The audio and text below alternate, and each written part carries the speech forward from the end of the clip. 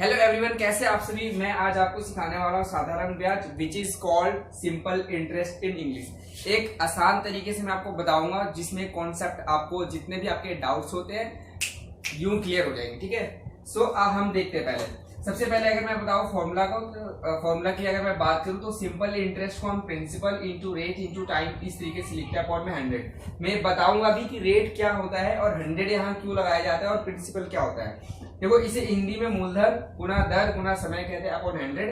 आप इसको शॉर्ट में मूलधन गुना दर गुना समय अपॉन में 100 लिख सकते हो और इन इंग्लिश में आई लिख के, खाली आई लिख के, यानी कि आई से इंटरेस्ट होता है और एस आई भी लिखकर आप इस तरीके से आप रिप्रेजेंट कर सकते हो। P into R into T upon 100 and P into R into T upon 100. These all are the same things. So चलिए स्टार्ट करता हूँ। एक मैं इजी फिगर ले लेता हूँ ताकि आपको इजीली समझ में आ जाएगा। सबसे पहले तो प्रिंसिपल क्या होता है। आप मान लीजिए कोई ए पर्सन है और वह बी से पैसा लेगा। क्या लेगा? ए पर्सन है, बी से पैसा लेगा। मान लेते हैं जो ए है पैसा बी से लेगा, वो कितना लेगा? एक इजी फिगर ले लेते हैं सो दैट की कैलकुलेट करने में इजी हो जाएगा। सो 10,000 का एक अमाउंट है जो बी बंदे से लेगा, ए को जरूरत है, यानी ए ने लिया है पैसा, तो इस ए को बोरोवर कहेंगे और इस बी को लेंडर कहेंगे। एक अलग सी चीज क्या पता चल गया आपको, इस ए को बोरोवर कहेंगे और इस बी को, यानी जो पैसा दे रहा है उसे लेंडर कहेंगे। ओके, यानी कि उधार लेने वाला, उधार देने वाला। 10,000 का पैसा बी ए को दे रहा है और ये कह रहा है ना कि भैया मैं तेरे से ना 5% का इंटरेस्ट लूंगा, 5% का इंटरेस्ट लूंगा और कितने दिनों के लिए, सब समझाता हूँ रुकिए। और कितने दिनों के लिए? तो कह रहा है कि दिनों के लिए नहीं, दिन का लेके क्या करेंगे, कुछ महीनों के लिए, साल के लिए। यहाँ पर ईयर के हिसाब से निकाला जा रहा है, तो वह कह रहा है कि 2 साल के लिए, यानी कि 2 साल में वो पैसा इसे चुका देगा। तो जो अमाउंट दे रहा है उसे बी, इसको जितना पैसा दे रहा है 10,000, इसी को कहेंगे बच्चों प्रिंसिपल, यानी कि मूलधन, और इसको कहेंगे रेट ऑफ इंटरेस्ट, यानी कि इस पूरे पैसे पे 5% का अमाउंट लगेगा, यानी कि 5% 10,000 का निकाल के एक्स्ट्रा पे करना होगा। ये हम सीखेंगे भी निकालने कैसे होता है। ठीक है, तो ये 5% लेगा हर साल और टाइम इसको कहते हैं 2 साल के लिए ये चलेगा। मतलब आप इसे इस तरीके से मैं बताता, देखो जैसे मैंने लिखा कि simple interest is equal to, इस फॉर्मूले को ले लेते, किसी को भी ले लो, जैसे मैंने लिया P into R into T upon में 100 शॉर्ट में है। तो यानी कि P कितना है? मूलधन, जो पैसा उधार मिला उसको 10,000 रुपए, रेट ऑफ इंटरेस्ट 5 अपॉन में 100। देखो ये जो 5% है ना, अगर आप इसकी फ्रैक्शनल वैल्यू निकालते हो तो 5 अपॉन 100 होता है। आप याद करिए, आपने सीखा होगा मे बी इन क्लास 4 या 5th और 6th में, तो आप लोगों के सामने ऐसी चीजें आई ही है।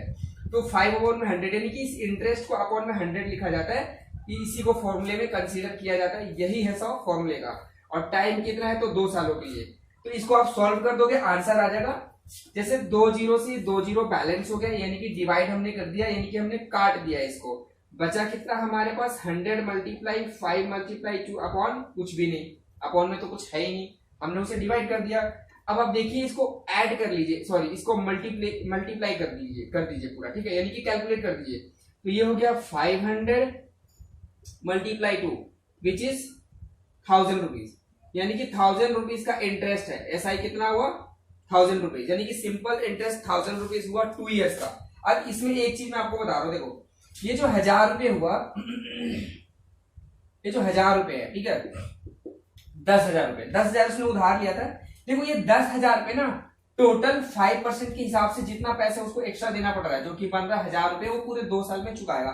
ये यहाँ मिनिमम होता है एक्स्ट्रा पैसे, यानी कि 10,000 रुपये उसने, ये इंटरेस्ट था 1000 रुपये, 1000 रुपये इंटरेस्ट एक्स्ट्रा दे रहा है और ये जो था प्रिंसिपल था। ठीक है, इन दोनों को जोड़ दोगे तो इसे अमाउंट कहा जाता है। आई थिंक हिंदी में मिश्र धन कहा जाता है, इसे अमाउंट बोला जाएगा। तो amount is equal to principal plus interest होता है, यानी कि टोटल पैसा जो उसको एंड में इंटरेस्ट लगाकर और जो पैसा उधार लिया था उसे भी जोड़कर कितना पैसा, मतलब टोटल देखना होगा, टोटल देना होगा। तो उसे 10,000 और 1000 ये देने होंगे विच इज 11,000 रुपीज, यानी कि वह टोटल 11,000 रुपए देगा। 10,000 तो वो जो लिया था, 1000 रुपए एक्स्ट्रा।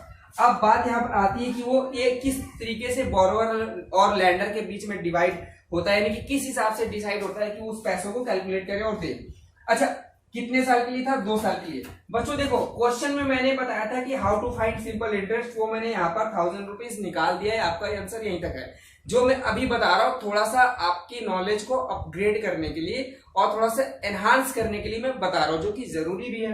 अच्छा देखो, ये किसको किस तरीके से देंगे, जैसे कि 10,000 है ना, तो 10,000 का अगर 2 साल में देगा तो 5,000 प्लस 5,000 इस तरीके से देना चाहिए, है ना। तो वह क्या करेगा, 5,000 मिला लेगा और इसके अंदर वह 500 रुपए यानी कि 1,000 रुपए जो आया था 500 रुपए इसमें ऐसे करके दे देगा एक साल, और अगले साल फिर से 5,000 प्लस 500 ऐसे करके दे देगा। तो दोनों मिला के सारा मिलाकर 11,000 हो जाएगा। इस तरीके से भी दे सकता है। और ये तो डिपेंड करता है कि बोरोवर और लैंडर के हिसाब से किस हिसाब से बातचीत हुई है पैसे देने के लिए, इस हिसाब से भी ये डिपेंड करता है, इस हिसाब से भी उन्हें देना होगा। ऑन एन एवरेज अगर मैं बता दूं तो 10,000 पे 1,000 रुपए आपका इंटरेस्ट बन रहा है जो हमने निकालना था, और टोटल पैसा जो देना पड़ रहा है कुल मिला के यानी कि ब्याज के साथ और प्रिंसिपल के साथ वह 11,000 रुपए है। तो आपको मैंने अभी सिखाया एक आसान तरीके से एक इजी फिगर लेके, सो दैट कि आपको समझ में आ जाए how to find simple interest यानी कि साधारण ब्याज कैसे निकाले। इंटरेस्ट कई प्रकार के होते हैं, वो हम आगे बात करेंगे। अब जो है मैं आपको कुछ क्वेश्चंस करवाऊंगा, ठीक है, इसके बाद के in upcoming videos. So I hope guys आपको स्टूडेंट्स अच्छा लगा होगा, आप हमें जरूर बताएं।